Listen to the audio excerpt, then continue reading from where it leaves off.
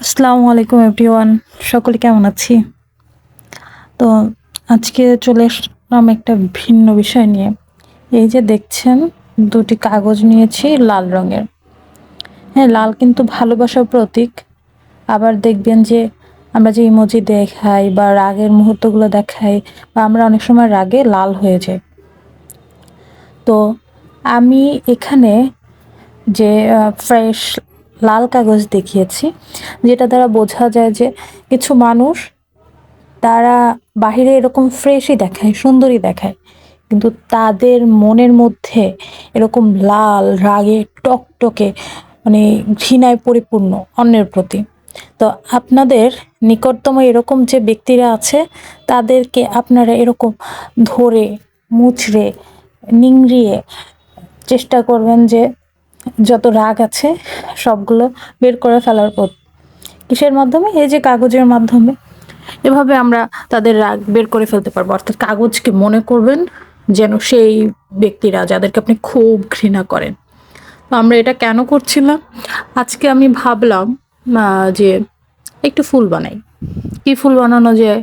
দেন ভাবলাম ফুলের রানীকেই বানাই।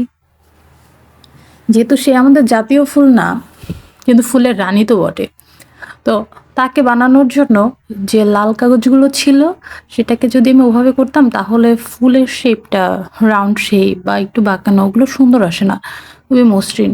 এবং আমরা যদি দেখি অ্যাকচুয়াল ফুলগুলো একদম খুব, হ্যাঁ সেটা খুবই মোলায়েম, খুবই সুন্দর থাকে।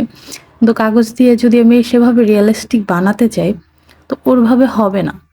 তো এই জন্য আমরা ওটাকে প্রথমে খুবই সুন্দর করে দুমড়ে মুচড়ে একদম ওটাকে সফট করে নিচ্ছি।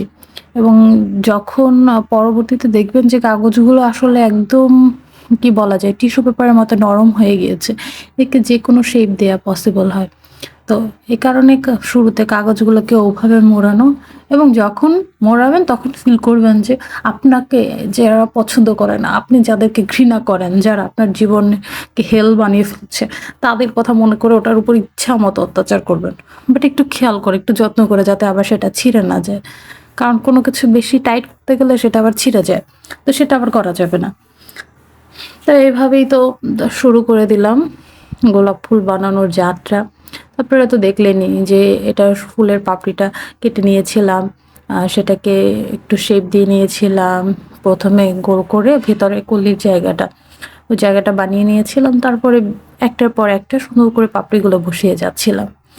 এবং এর মাধ্যমে বেশ আপনার যদি লাল কাগজ একটা দুটো নিলেই হয়, বাট আমার দুটো লাগেনি। একটা ফুল বানাতে দুটো কাগজে লাগে না, একটা হলেই হয়। তাতে আপনি মোটামুটি বেশ ভালো সাইজের একটা গোলাপ বানাতে পারবেন। আর একটা গ্রিন পেপার নিলেই হয়। তো এখানে আরও একটা সুন্দর কথা বলি, যে আপনার যারা কাছের মানুষ আছে, আপনার প্রিয় মানুষ আছে, আপনার ভালো লাগা ভালোবাসার মানুষ যারা আছে, তাদেরকে আপনি একটা গোলাপ দিতেই পারেন। এখন আপনি যদি বাজার থেকে কিনে আনা গোলাপ দেন, সেটা হয়তো ১ দিন ২ দিন ৩ দিনে নষ্ট হয়ে যাবে। কেউ হয়তো সেটাকে এখন বইয়ের ভাঁজে রেখে দেয়। এখন আবার যদিও এটার আধুনিক কিছু আছে যে এটা রেজিনের মধ্যে দিয়ে দেন বিভিন্ন জুয়েলারি বানিয়ে নেয়। কিন্তু আল্টিমেট কথা হচ্ছে আপনাকে তো সেটাকে ছিঁড়তেই হচ্ছে।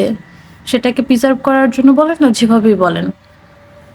তো এর থেকে আমার মনে হয় যে যখন আমরা কাগজ থেকে বানিয়ে দিতে পারবো এবং নিজে যখন কাজটা করব, তখন ওটার প্রতি যখন অন্য মানুষটা দেখবে, তখন ওই কাগজের প্রতিটি ভাঁজে ভাঁজে, ফুলের প্রতিটি পাপড়িতে পাপড়িতে আপনি যে পরিশ্রম করেছেন তাকে ভালো করার জন্য, তাকে ভালোবেসে আর কি, তো সেটা ফুটে উঠবে। এখন এই প্রিয় মানুষটা আপনার মাও হতে পারে, আপনার বাবাও হতে পারে, আপনার ভাই বোনও হতে পারে, যে কেউই হতে পারে। তো তাদেরকে এরকম একটা ছোট গোলাপ গিফট করা যেতেই পারে। তাতে আমাদের সম্পর্কগুলো আরও ভালো হবে, আরও সুন্দর হবে, আরও মধুর হবে। এবং এই প্রত্যাশায় সবাই ভালো থাকবেন। ধন্যবাদ।